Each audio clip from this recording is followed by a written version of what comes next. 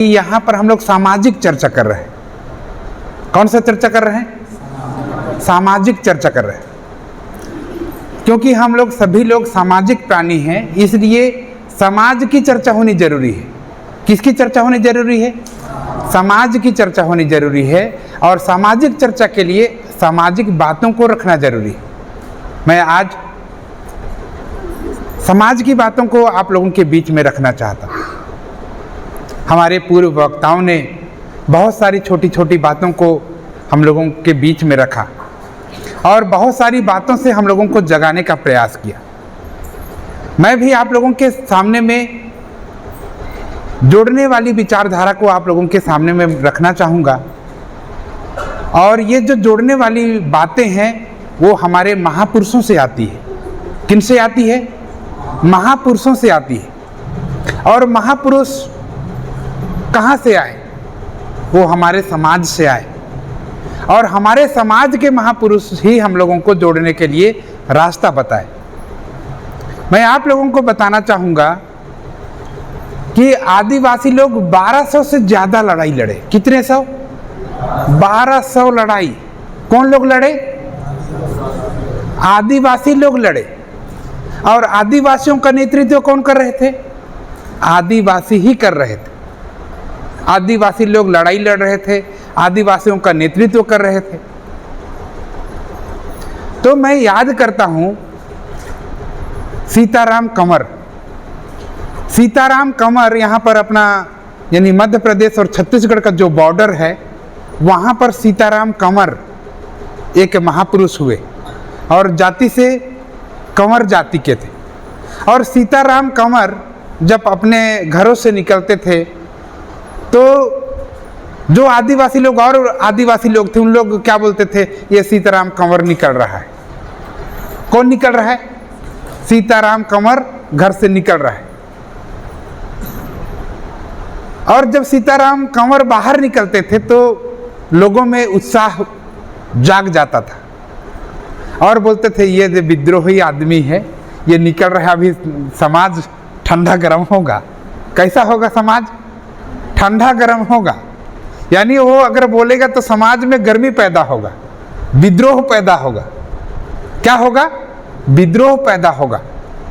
तो उसको एक समय में विद्रोही बोलते थे और आज के समय में हम लोग उसको क्रांति बोलते हैं।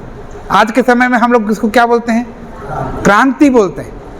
वो जल जंगल जमीन के लिए आवाज उठाते थे, इसलिए दुश्मन लोग क्या करते थे? गरम होते थे। क्या होते थे? दुश्मन लोग गरम होते थे। और जब ये आवाज उठाते थे तो यहाँ पर आदिवासियों का जल जंगल जमीन बचता था। किसका जमीन बचता था? आदिवासियों का जल जंगल जमीन बचता था। तो ऐसे ही समय समय पर भील से पैदा हुए, टंटिया भील उसका नाम है। उरांव से पैदा हुए, उसका नाम है वीर बुधु भगत। उरांव से पैदा हुए कौन? वीर बुधु भगत। भील जाति से पैदा हुए टंटिया भील। कंवर जाति से पैदा हुए सीताराम कंवर, है ना। मुंडा जाति से पैदा हुए बिरसा मुंडा। तो आदिवासी जाति से आदिवासी महापुरुष पैदा हुए और इन्होंने समय समय पर आंदोलन किए, क्रांति किए। और उनके क्रांति की वजह से आज हम लोगों को जल जंगल जमीन में अधिकार मिला। किन की वजह से मिला? महापुरुषों की वजह से हम लोगों को आज क्या मिला? जल जंगल जमीन मिला। और ये विरासत में मिला। और ये जो विरासत है उस विरासत को हम लोग पहचान के रूप में देखते हैं। किस रूप में देखते हैं? पहचान के रूप में। आदिवासियों की पहचान उनके जल जंगल जमीन से है। और इसी जल जंगल जमीन को हम लोग अपना, किसका? आदिवासियों का, है ना। आदिवासियों का हम लोग पहचान मानते हैं, संस्कृति मानते हैं। मैं आप लोगों को बताना चाहूँगा बिरसा मुंडा जब आंदोलन कर रहे थे वो उस समय 25 साल की उम्र में थे। कितने साल? 25 साल बोलता हूँ, 24 साल। कितने साल? 24 साल। और ये 24 साल की उम्र में बहुत सारे आदिवासियों को जोड़ा। कितने? 25,000 आदिवासियों को 24 साल की उम्र में वो क्या किया? जोड़ा। और जोड़ा का मतलब क्या होता है? इकट्ठा किया। क्या किया? इकट्ठा किया। कितने लोगों को? 25,000 लोगों को। 24 साल की उम्र में 25,000 आदिवासियों को उन्होंने क्या किया? इकट्ठा किया।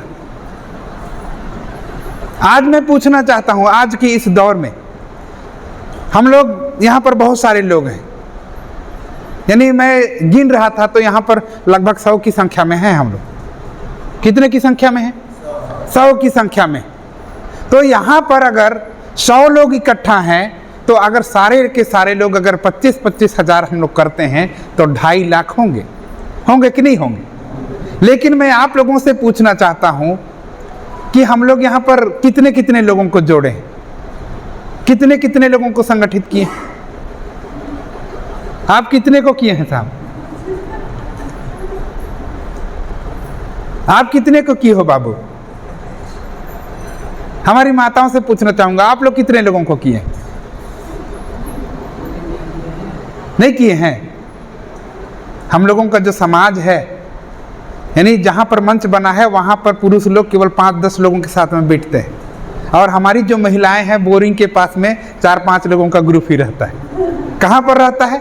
बोरिंग के पास, टाइम पास करने के लिए।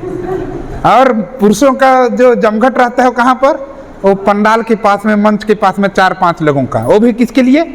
टाइम पास करने के लिए। और हम लोग अगर इस दौर में हम लोग टाइम पास करने के लिए 4-5 लोग जुटेंगे तो समाज जागृत होगा? नहीं होगा। इसीलिए जरूरत है समाज को संगठित करने के लिए सामाजिक गुट बनाना, सामाजिक संगठन बनाना। क्या बनाना? सामाजिक संगठन बनाना जरूरी है। और इसके लिए हमारे महापुरुषों ने यानी बिरसा मुंडा ने हम लोगों को सिखाया कि तुम लोग अकेले लड़ाई मत लड़ना, अकेले लड़ाई मत लड़ना, लड़ने से पहले क्या करना? संगठन बनाना। बिरसा मुंडा बोले थे कि जब तुम पेड़ की तरह अकेले बढ़ोगे तो दुश्मन लोग सबसे पहले तुम ही को छोपेगा। दुश्मन लोग सबसे पहले किसको छोपेगा? जो अकेला बढ़ रहा है उसी को छोपेगा।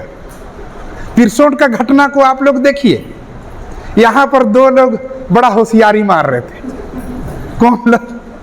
रूप नारायण नेकर और सुनील खलको बोल रहे थे कि हम लोग 5वीं अनुसूची में मालिक हैं।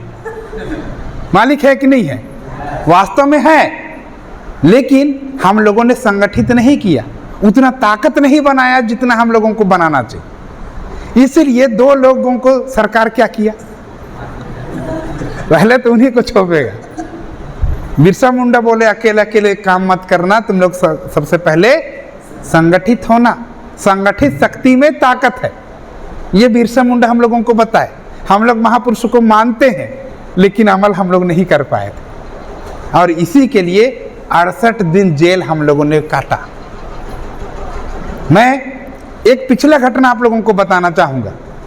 यहाँ पर आप लोगों के शेखरपुर में ही हम लोग आंदोलन कर रहे थे, मैं भी उसी में था, और उसमें का मेन हीरो मैं था कि नहीं था? और यहाँ पर क्या हुआ, जब वहाँ पर मैं अकेला मेन हीरो बन रहा था तो यानी SDM आई आकांक्षा त्रिपाठी और एक पांडे साहब आए। दोनों जाति से ब्राह्मण लोग हैं, बड़ा होशियार होते हैं कि नहीं होते हैं? तो यानी जैसे वामन मेश्राम बोलते हैं होशियार होते हैं कि नहीं होते हैं, लेकिन सबसे पहले लोग षड्यंत्रकारी होते हैं, ऐसा वामन मेश्राम बताते हैं, है ना? तो वहाँ पर यानी प्रबोधन होने से पहले उन्होंने मेरे को ही उठा लिया। किसको उठा लिया? सुनील खलखो को। सबसे पहले पकड़ो रे इस को, यही आदमी है। और मेरे को उठा करके उन लोग क्या किए? डाल दिए। और मेरे साथ में और हमारे जो दामाद हैं वो भी मेरे साथ में गए हुए थे। हम लोग टोटल 3 लोग गए हुए थे, है ना?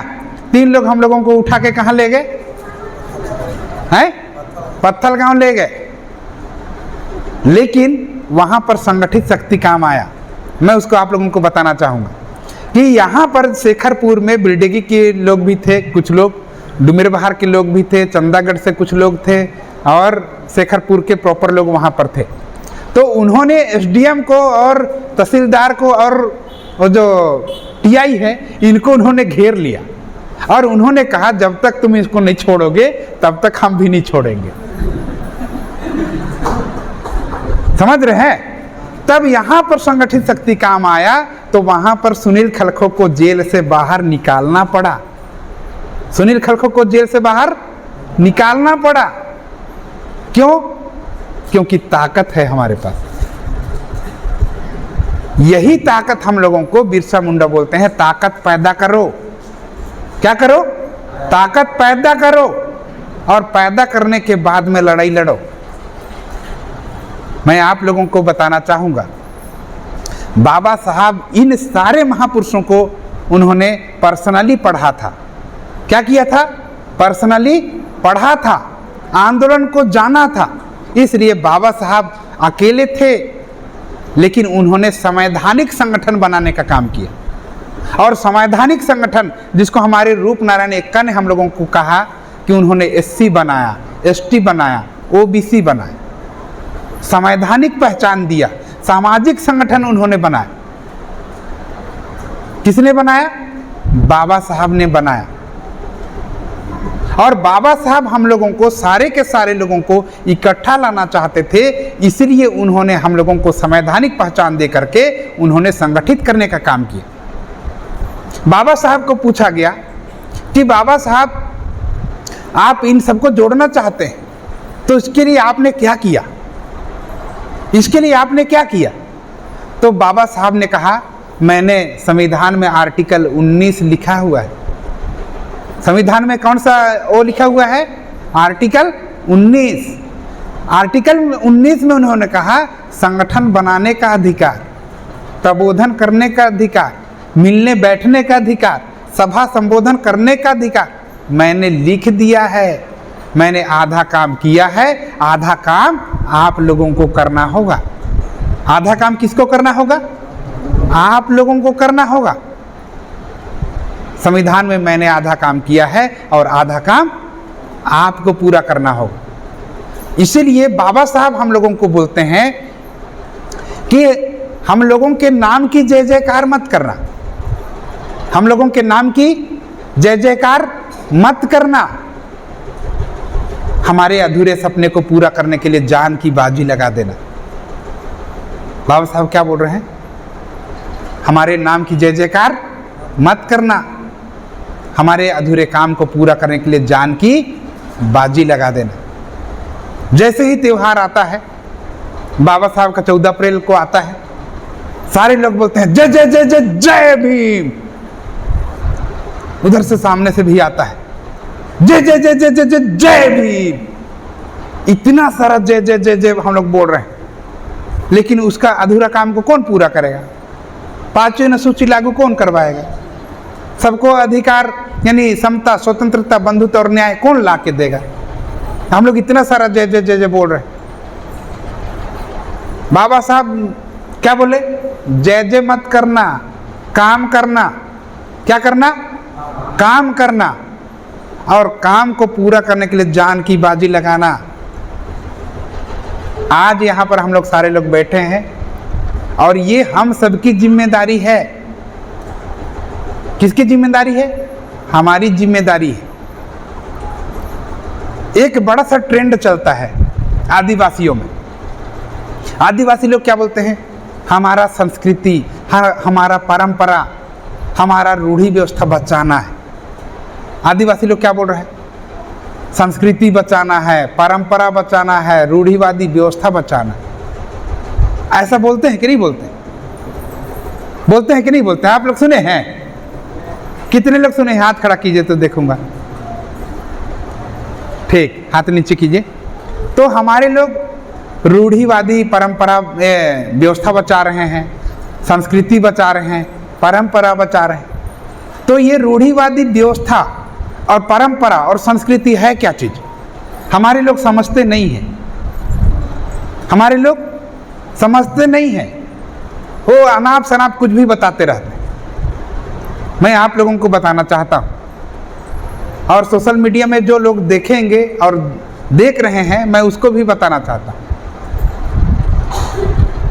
यानी बिरसा मुंडा ने, यानी 1875 में जब उन्होंने लड़ाई शुरू किया, क्रांति शुरू किया, तब उन्होंने कहा, ऐ मेरे लोग, तुम लोग अपने लोगों से मत लड़ना, तुम लोग मिल करके दुश्मन से लड़ना।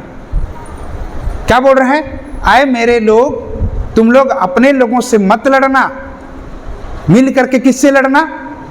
दुश्मन से लड़ना, दुश्मनों से लड़ना। दूसरी बात उन्होंने कही, अबुआ दिसुम अबुआ राज। क्या बोल रहे हैं? अबुआ दिसुम अबुआ राज। इसका मतलब सारे लोगों को अपने लोगों से मत लड़ना, तुम लोग संगठित हो जाना और संगठित होकर के दुश्मन से लड़ना, और लड़ने के बाद अबुआ दिसुम अबुआ राज। इसका मतलब क्या है? हमारे देश में हमारा राज। किसका राज? हमारा राज।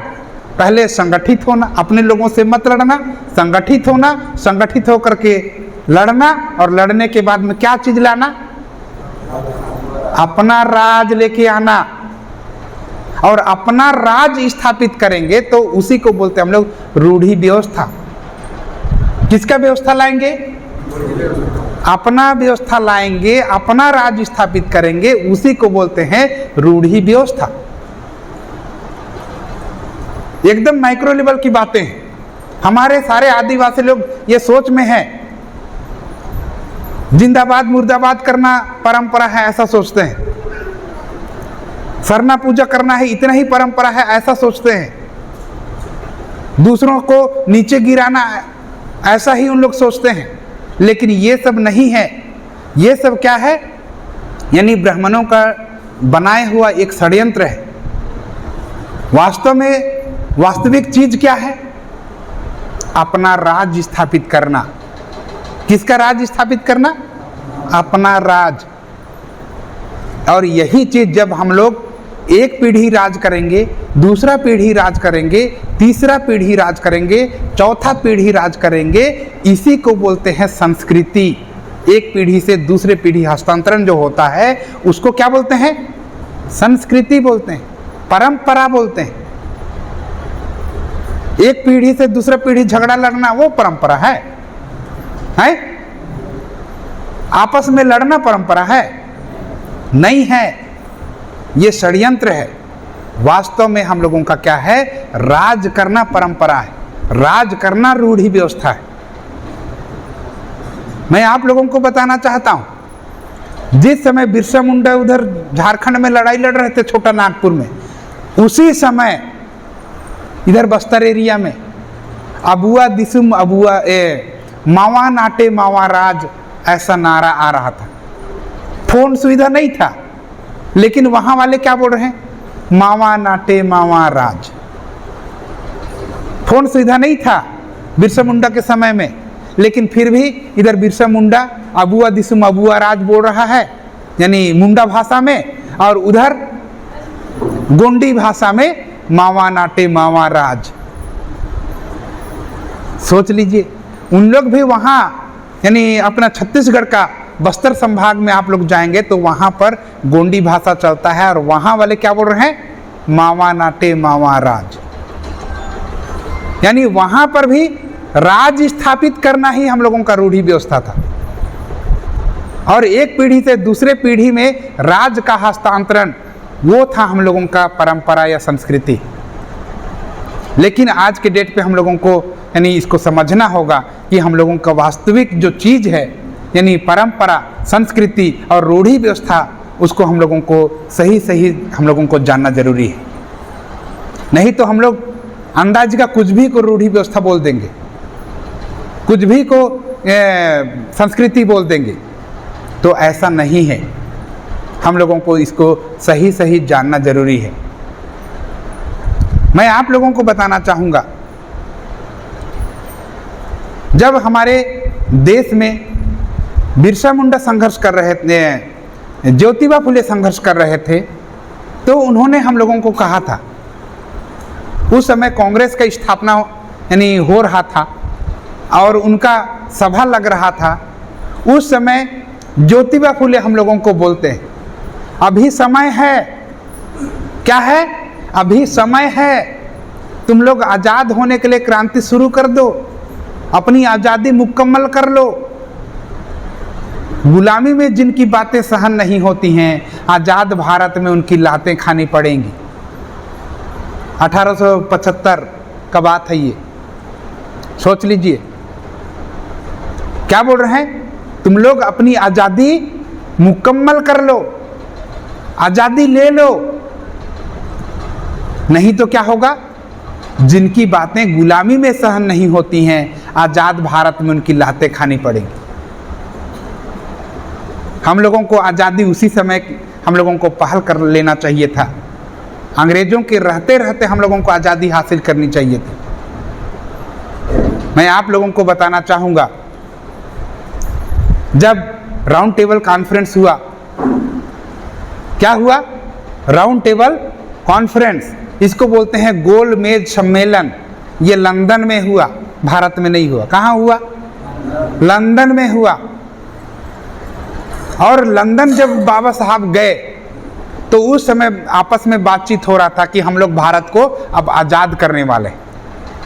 क्या करने वाले हैं? आज़ाद करने वाले हैं।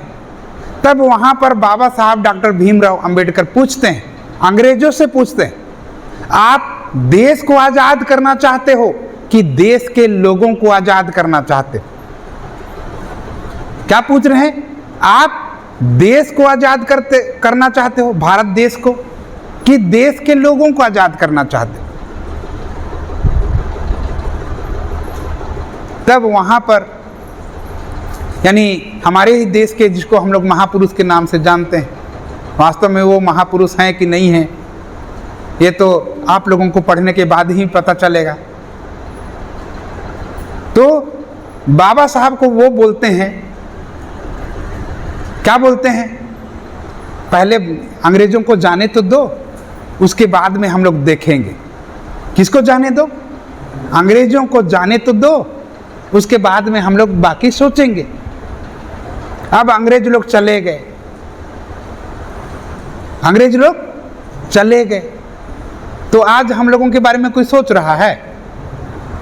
बाबा साहब देखिए उस समय सोच रहे थे कि इन्हीं के रहते रहते हम लोगों को आज़ाद होना है, अपना अधिकार लेना है, तो बोले कि इनको जाने दो, उसके बाद में आप लोगों का देखेंगे। और आज यानी आज़ादी का कितना साल हो गया? 78 साल हो गया। कितना साल? आज तक देख ही रहे हैं, पता नहीं और आगे कितना साल तक देखेंगे। संविधान लागू हुआ 75 साल हो गया। संविधान लागू कितना साल हो गया? 75 साल। और 75 साल तक हम लोगों को मिला हुआ अधिकार आज हम लोगों को नहीं मिल रहा है। कितना साल हो गया? 75 साल। आज़ादी का 78 साल और संविधान लागू हुए 75 साल पूरा हो गया, और आज तक हम लोगों को नहीं मिल रहा है। इसीलिए हम लोगों को ज़रूरत है अपने महापुरुषों के आंदोलन को आगे बढ़ाना। किनके आंदोलन को आगे बढ़ाना? हमारे पुरखों का आंदोलन को आगे बढ़ाने का ज़रूरत है। और इसके लिए एक जन आंदोलन करेगा, 2 जन आंदोलन करेंगे, ये संभव नहीं है। इसीलिए आज हम लोगों को संगठित शक्ति का निर्माण करना होगा। बाबा साहब बोले शिक्षित करो, संगठित करो और संघर्ष करो। शिक्षित करो, इसको हमारे रूपनारायण एक्का साहब ने बताया कि जागृति का 5 सिद्धांत होता है। उन्होंने पूरा नहीं बताया, पहला मैं आप लोगों को बताना चाहता हूँ। पहले अपने दोस्त को पहचानो। किसको? दोस्त को, या अपने आप को पहचानो। दूसरा, दुश्मन को पहचानो। किसको? दुश्मन को। तीसरा, अपनी ताकत को देखो, हम लोग लड़ने लायक हैं कि नहीं हैं, उसको देखो। अगर हैं तो लड़ो, और नहीं है तो ताकत पैदा करो। चौथा, दुश्मन की ताकत को देखो, उसकी कमजोरी को देखो। किसकी? दुश्मन की। उसके बाद में पांचवा जो है, अपने महापुरुषों को याद करो। किसको? अपने महापुरुषों को, अपने महापुरुषों के आंदोलन को याद करो। मैं आप लोगों को बताना चाहता हूं, ये 5 चीजों को जिस दिन हम लोग सीखेंगे उस दिन हम लोग लड़ाई लड़ने योग्य बन जाएंगे। मैं आप लोगों को बताना चाहता हूं, जागृति का पहला सिद्धांत में अपने आप को देखो और अपनी ताकत को पहचानो। इसमें हम लोग भारत के मालिक हैं, दूसरा संख्या में ज़्यादा हैं, तीसरा हम लोग मालिक हैं, है कि नहीं है? तो हमारी कमजोरी क्या है? हम लोग संगठित नहीं हैं। तीसरा क्या है? अगला क्या है? हम लोग संगठित नहीं हैं। यही हम लोगों की कमजोरी है। बिरसा मुंडा बोले ताकत पैदा करो, संगठित रहो। बाबा साहब यानी संवैधानिक पहचान दे करके उन्होंने संगठित किया। तो बाबा साहब के अधूरे सपने को पूरा करने के लिए हम लोगों को आगे आना होगा और अपने लोगों को संगठित करना होगा। इतना काम, पहला काम ही अगर हम लोग कर लिए तो हम लोग संघर्ष करने लायक हो जाएंगे। दुश्मन को भगा पाएंगे कि नहीं भगा पाएंगे? दुश्मन का संख्या पूरे देश में 3 और आधा। कितना है? 3 और आधा, 3.5% है। कितना परसेंट? 3.5%। हम लोग SC ST OBC को अगर हम लोग मिलाते हैं तो पहले कहा जा रहा था कि 85% है, लेकिन जब DNA चेक हो रहा है या हमारे लोगों में से ही कोई क्षत्रिय पैदा हो रहा है, कोई वैश्य हैं, यानी कोई दुकानदार भी है, कोई क्षत्रिय भी है। जैसे कंवर लोगों को अगर आप लोग इधर तपकारा एरिया में जाएंगे तो कंवर लोग अपने आप को क्षत्रिय मानते हैं। क्या मानते हैं? क्षत्रिय। तो इन सभी को अगर हम लोग मिलाएंगे तो हम लोग 96-97% होंगे, 96.5%। तो उनका संख्या कितना हो जाएगा? केवल 3.5%, और हमारा संख्या 90 के ऊपर में हो जाए। होगा कि नहीं होगा? और जब हम लोग इतने सारे लोग अगर इकट्ठा आते हैं, 3.5% यहाँ रहने सकेगा? है? हमारे छत्तीसगढ़ में तो और जल्दी होगा। क्यों जल्दी होगा? क्योंकि छत्तीसगढ़ में इनका संख्या 1.2%। कितना? 1.2% है पूरे। यानी जब हम लोग दिल्ली जाते हैं बैठने के लिए मीटिंग, तो वहाँ पर हम लोग अलग अलग राज्य के लोग अपना अपना समीक्षा देते हैं। तो उन लोग जब समीक्षा देते हैं तो वहाँ पर उन्होंने हम लोगों को समीक्षा में उन्होंने बताया, और क्या बताया? क्योंकि ये पूरे देश का बात है, तो पूरे देश में अगर कहीं पर क्रांति होगा तो सबसे पहले यानी बंगाल में हो सकता है, झारखंड में हो सकता है, उड़ीसा में हो सकता है, और छत्तीसगढ़ में हो सकता है। कहाँ कहाँ पर? बंगाल में, उड़ीसा में, झारखंड में और छत्तीसगढ़ में। तो किसी ने पूछा कि इतने जो वो हैं आप कैसे कह सकते हो? तो उन्होंने बताया कि छत्तीसगढ़ में क्रांति सबसे पहला होगा। छत्तीसगढ़ में क्रांति सबसे पहले होगा, माने पूरे देश में जब आंदोलन होगा तो छत्तीसगढ़ उस आंदोलन को लीड करते रहेगा। यानी पहला नंबर कहाँ पर होगा? छत्तीसगढ़ में। और पहला नंबर आंदोलन को करने के लिए कौन लोग जिम्मेदार हैं? आप लोग, जो जगे हुए लोग यहाँ पर उपस्थित हैं, उन लोग ये क्रांति का शुरुआत करेंगे। मैं आप लोगों से पूछना चाहता हूँ, बाहर के लोग झूठ बोल रहे हैं कि यहाँ के लोग सच बोल रहे हैं? बाहर के लोग क्या बोल रहे हैं? झूठ बोल रहे हैं? सही बोल रहे हैं? सही बोल रहे हैं कि नहीं बोल रहे हैं? तो मैं आज यानी ये प्राउड फील करता हूँ कि छत्तीसगढ़ में क्रांति का शुरुआत हो चुका है, और पूरे देश में हम लोग क्रांति पहले नंबर पे करेंगे, और ये आप लोगों की मदद से ही हो पाएगा। किसकी मदद से होगा? आप लोगों की वजह से। एक एक व्यक्ति यहाँ पर रिस्पॉन्सिबल है, एक एक व्यक्ति जिम्मेदार है। इसीलिए मैं आज आप लोगों को ये जिम्मेदारी सौंपना चाहता हूँ कि बाबा साहब हम लोगों को संगठित होने के लिए बोले, बिरसा मुंडा हम लोगों को संगठित होने के लिए बोले, है ना? तो तो सारे के सारे महापुरुष हम लोगों को संगठित करने के लिए बोले, तो हम लोग भी संगठन शक्ति का निर्माण करेंगे। आप लोग करेंगे कि नहीं करेंगे? करेंगे। इधर तो आप सभी लोग संगठित होंगे, मैं ऐसी आशा और उम्मीद करता हूँ। और दूसरी बात मैं आप लोगों को कहना चाहता हूँ कि अगर हम लोग संगठित शक्ति का निर्माण करेंगे तो बहुत सारी परेशानियां हम लोगों को झेलनी होती हैं, और ये जो परेशानियां हैं उसको हम लोगों को एक चैलेंजेस के रूप में लेना है, समस्या के रूप में नहीं लेना है। क्योंकि चैलेंजेस को जब हम लोग फेस करते हैं तो एक बहुत बड़ा परिवर्तन होता है। अगर हम लोग समस्या अगर सोचते हैं तो हम लोगों का मनोबल टूट जाता है। इसलिए उसको हम लोगों को चैलेंजेस के रूप में लेना है, और जब हम लोग चैलेंजेस को फेस करेंगे तो एक बहुत बड़ा परिवर्तन हम लोगों को मिलेगा। और ये जो बड़ा परिवर्तन है, उस परिवर्तन को हम लोग व्यवस्था परिवर्तन कहते हैं। तो आप सभी लोग व्यवस्था परिवर्तन में साथ सहयोग देंगे और सहभागी होंगे, ऐसी मैं आशा और उम्मीद करते हुए अपनी वाणी को यहीं पर विराम करता हूँ। आप लोगों ने मुझे इस वक्त के लिए, इस समय के लिए आप लोगों ने समय दिया, इसके लिए आप लोगों का आभार और धन्यवाद। सभी को जय जोहार, जय मूल्यमासी।